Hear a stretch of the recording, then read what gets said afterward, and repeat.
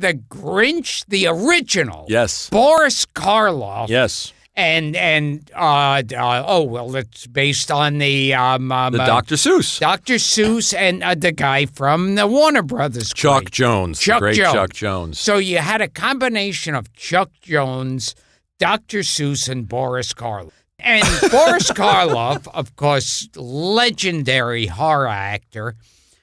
And Sarah Karloff we interviewed. We did. And she said that he wasn't that excited about most of his pictures, and he knew she didn't like horror movies. Right. But when he did this, he was truly excited and knew he did something great. Yeah, and Sarah told us he used to refer to Halloween and Christmas as his busy season. Oh, so yes. He was very proud of this and very proud of kids coming around. And so Dr. Seuss, the Grinch laments that he put up with the Who's for Christmas for 53 years. Right. At the time he wrote the book, Dr. Seuss was 53. Oh, that's interesting. And he looked back. He was shaving one morning. He saw a Grinch-like character in the mirror, and that was part of what gave him the idea for the book.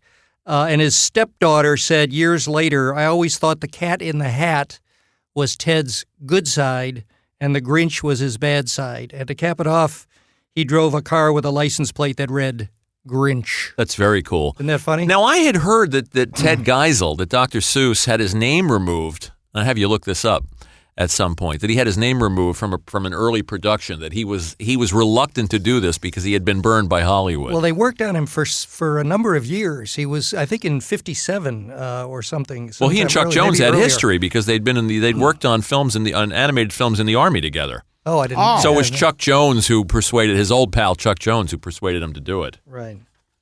And it's like they've so far made at least 2 live-action Dr. Seuss films, The Cat in the Hat and The Grinch That Stole Christmas, and they're just creepy. Well, did you ever see the Jim Carrey? The Jim Carrey Grinch I have never seen is it. a complete, I mean, it's okay, but it's nothing like it.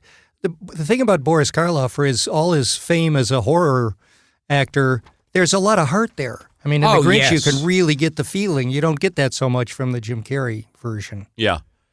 Yeah. And Jones was, we should talk a little bit about Chuck Jones for a second because he was a genius. I'm not sure how many times, if ever, he's come up on this show. Oh, I don't think we've ever talked about him. His daughter's around, and we should get her at some point. Oh, yeah. And talk about the great Chuck Jones. I mean, One Froggy Evening with Michigan J. Frog is my favorite. But he was the creator of Pepe Le Pew and the Wile E. Coyote and the Roadrunner and Marvin the Martian and so many wonderful characters.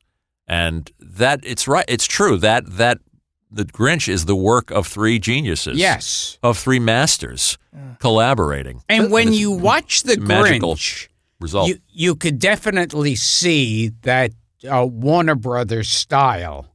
Oh, absolutely. Drawing. Oh, absolutely. And he had said that the dog Max was the viewpoint character, was the character that you sympathize with. What else did you find, Paul? Well, it was. This was not the first Christmas special to show up of this type. It actually had 2 predecessors. 1964 was Rudolph the Red-Nosed Reindeer. Right. Oh, 65. I didn't know it went back this far. 65 was Charlie Brown's Christmas. Oh, yeah. 1965. Oh, yeah. Oh. Sure. And what was the name of that jazz musician?